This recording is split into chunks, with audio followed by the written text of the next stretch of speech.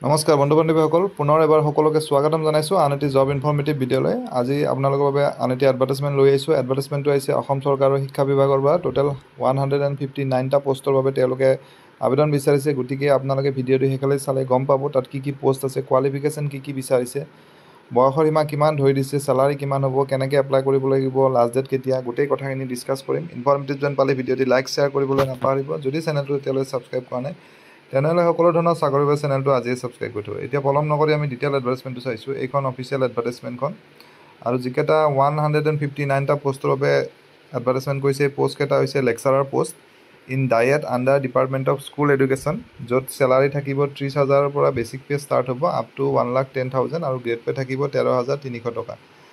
আৰু বয়সৰ সীমা 21 ইয়াৰ্ছৰ পৰা এপ্লাই কৰিব পাৰিব আপ টু 38 ইয়াৰ্ছ আৰু ৰিলেক্সেশ্যন থাকিব এজ পাৰ গভৰ্ণমেণ্ট নৰ্মছ। আৰু ইয়াৰ প্ৰথম 55টা যি পোষ্ট আছে লেকচাৰৰ pre service teacher education PSTA, তাত ইংলিছৰ বাবে 6টা আছে আৰু এছামিছৰ বাবে 5টা। নেক্সট মেথামেটিক্সৰ বাবে 8টা পোষ্ট আছে,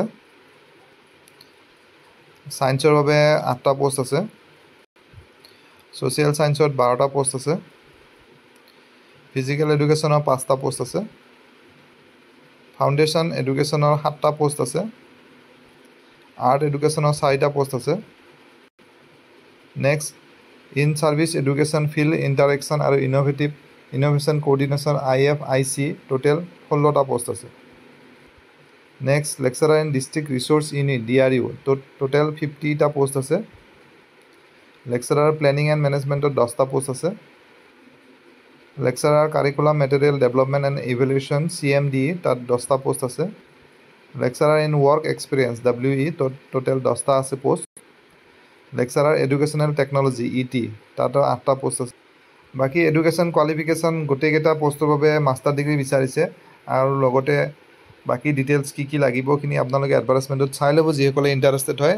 ডেছক্ৰিপশ্যনত মই লিংকটো দি দিম ডাউনলোড কৰিবৰ কাৰণে তাৰ পৰা, আৰু অনলাইন যোগে এপ্লাই কৰিব লাগিব। APSCৰ অফিচিয়েল যিটো ৱেবছাইট তাত গৈ পেলাই অহা 29 জুলাইৰ পৰা ষ্টাৰ্ট হ'ব আৰু 28 আগষ্টলৈকে সময় থাকিব। আৰু ফিজ ষ্ট্ৰাকচাৰ অনলাইন এপ্লিকেশ্যনত 297 ৰুপিজ, জেনেৰেলৰ বাবে ST SCৰ বাবে 197, BPL আৰু PWৰ বাবে 47 ৰুপিজ। গতিকে আশা কৰিছোঁ ভিডিঅ'টিৰ জৰিয়তে আপোনালোকৰ মাজৰ এজন হ'লেও কেণ্ডিডেট উপকৃত হ'ব। পুনৰ এটা নতুন ভিডিঅ'ত লগ পাম। ধন্যবাদ।